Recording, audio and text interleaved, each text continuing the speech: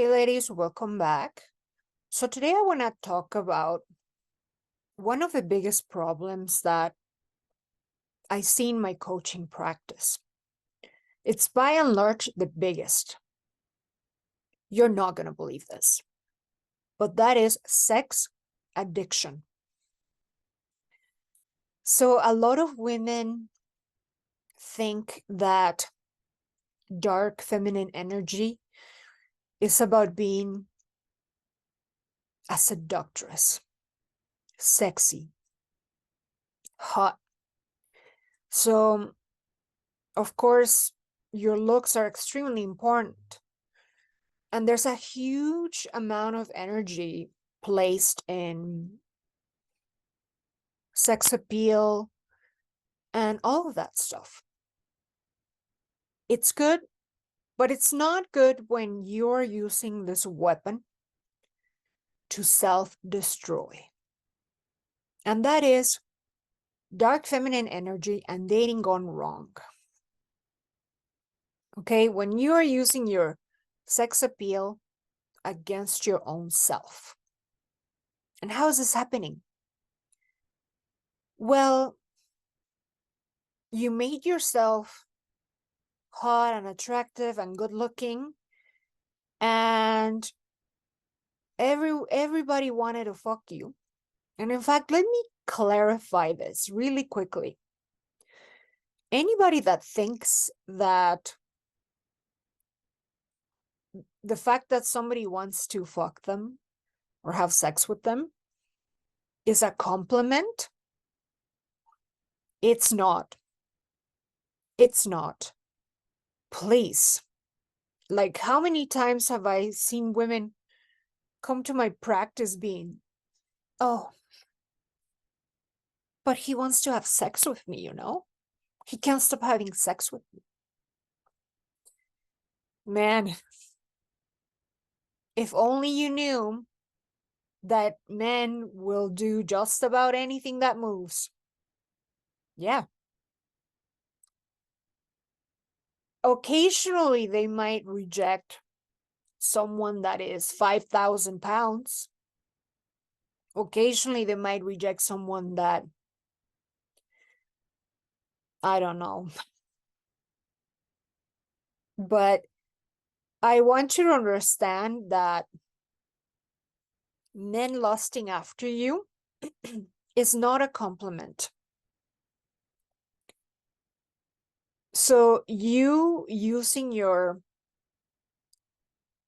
sexuality and sensuality to get attention, you have to be really careful with this and know how to use this. So let's talk about how the sex addiction starts. So for one, I hope you're not thinking that dating is a relationship. So it's another problem, right? That women tell me that they're in a relationship when they're just seeing someone, dating someone. So please do not think that seeing someone every so often means a relationship. Obviously, you wouldn't be thinking that if you were circular dating, rotational dating, and courtship, having a courtship for marriage. You wouldn't be thinking that. But anyway, the way the sex addiction starts, and of course, nobody wants to admit that. Nobody wants to think of themselves as sex addicts, right? You start going out with someone, and then you can't wait. In fact, I kid you not, I've had people come to me where they want, guidance and advice and all that. And they're literally counting the days until it is correct and adequate to have sex with the guy. So they'll be like, what's a good time? Like 3 months? For one, I won't really answer that question at this point in time. I will have you answer that question to yourself. When should you require that a man put his stuff in you? You will answer that yourself when you're in my practice. But let's continue. She starts seeing someone and is asking me, when should I have sex? Is it at the third month? Whatever. So then I stop hearing from them. I'll stop hearing from them for like a week or two. And I'm like, oh, I know what happened. They fucked the guy. So the next time they talk to me, it comes out that, of course, they had sex because it's been more than 3 dates. And maybe it's almost 3 months. And then, they start doing it for about 3 months. So they go on an intense, like rampage of, passion. And then the guy starts to fade out in 3 months. Sometimes the cycle of 3 months turns into 3 years. That's more rare. The more common one is the 2-year or the 1 year, where the guy starts fading out, misbehaving, or, just not treating you the way he was treating you when he met you, so on. And you are in your 20s, and next thing you know, you're 35. And you have been doing this same cycle of dating a guy for a month or two, you'll start fucking him, and then this will go on for 3 months or for 2 years, and then repeat the cycle over and over again. More commonly, it's the 3-month cycle. Sometimes the 2-month cycle, the 2-year cycle. So by the time you are desperate to get married, you've been through some heartache, some train wrecks. You contact me or anyone who's helping you, and you just can't see yourself not doing that. You can't see yourself like ever dating anyone and not having sex with them. To you, it's like, what? No.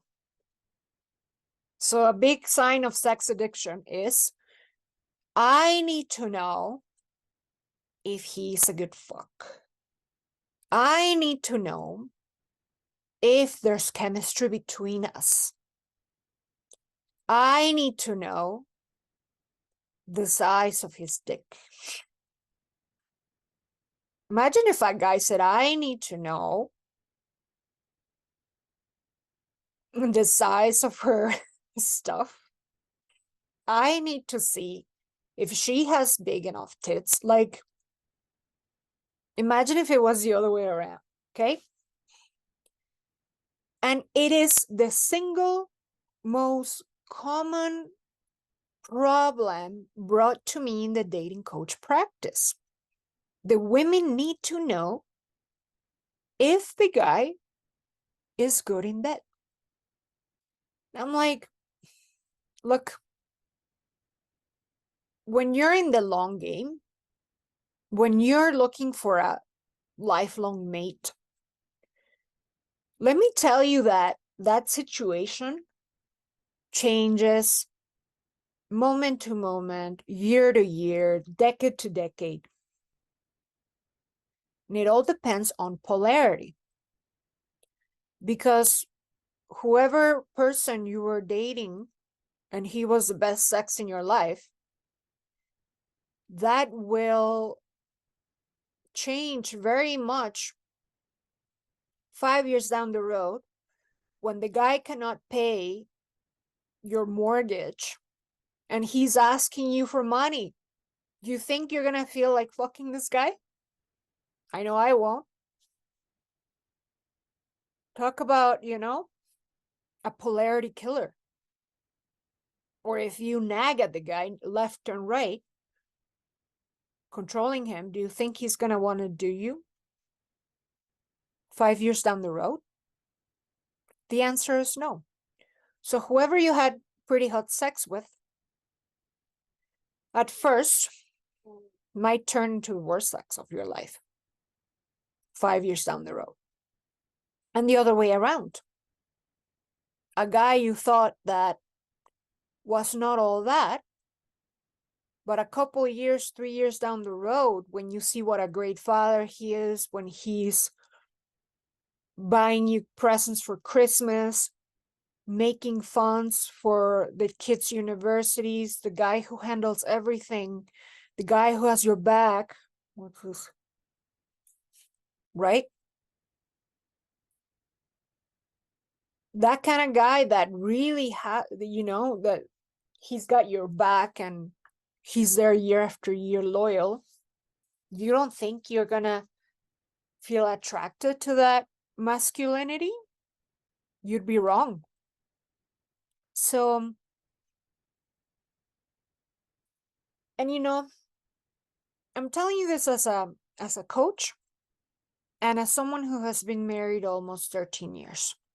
When women tell me what a huge priority it is to know if the guy is a good fuck, I'm like, dude, your priorities, like, you really need to get your stuff together there. Not only that, but understand polarity and know what really is what keeps attraction in the long term, right? Which is polarity. So that's a huge sign that you are a sex addict. Sorry if this offends you. When this offends you and triggers you, then it means you have some stuff to, if you were like, no, I'm not a sex addict at all, you wouldn't be triggered. Like, it would totally slide off of you. But if you were like, oh, fuck, like, if you freaked out about it, got pissed and angry, it means that you have some thinking, some digging to do, some soul searching at that topic, right? Because why would it upset you if it has nothing to do with you? Another sign that you're kind of a sex addict is, okay, well, maybe your body count is getting out of control, right? Or you're the girl who can't wait for the 3-date mark or for the 3-month mark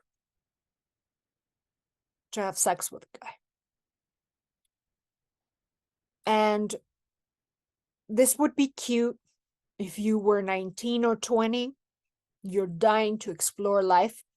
You will not listen to anyone, but you have to live it in your own flesh. But when you're 39, 40, chronically single, and guy after guy after guy, every 3 months, every 2 years, every 3 years, how many by this point? And of course, that has made you skeptical. It's made you lose all hope and faith in men and relationships and marriage. Now you don't believe in marriage because, hell, you've been through so many men. So my big invitation for you is that you do circular dating, for marriage, courtship for marriage, which is what I call it, and which is what I teach. Because this way you don't have to have 1,000 million body count and 1,000 failed hookup cycles that keep you single over and over again, year after year after year. What I want for you is you meet someone, not only is he meant by you, he's like, wow, this girl, like, oh my God, I want to marry her. I have to take her off the market. She's fantastic, telling everyone about her, crazy about you. That's what I want for you. Do you want that for yourself? I don't know. Let me know. Think about this topic. Let me know in the comments. Nobody wants to see themselves as sex addict. That sounds so harsh and so like wrong. But really and truly, that's what it is, because you can't stop. You can't stop doing the same hookup cycle over and over again. And that's using your own sex appeal, your own your own sexual energy against your own self. It's a weapon meant to be used as fatal attraction. But that's it. Attraction, not like traction, you know? So anyway, guys, I don't know. That's my take. And I tell you because I see my clients and all these girls suffer because they are just, you know, entangled because of, you know, oh, need to see what's underneath those pants. Imagine if the men did that. Well, they do that, and there's a big, you know, like people freak out about it, but women are no different. No different at all. In fact, it's worse because they become emotionally attached. The men don't. They don't care. Rarely do they get attached, but for the most, they don't. So anyway, guys, that's it for now. Make sure you subscribe and talk to you soon. Bye now.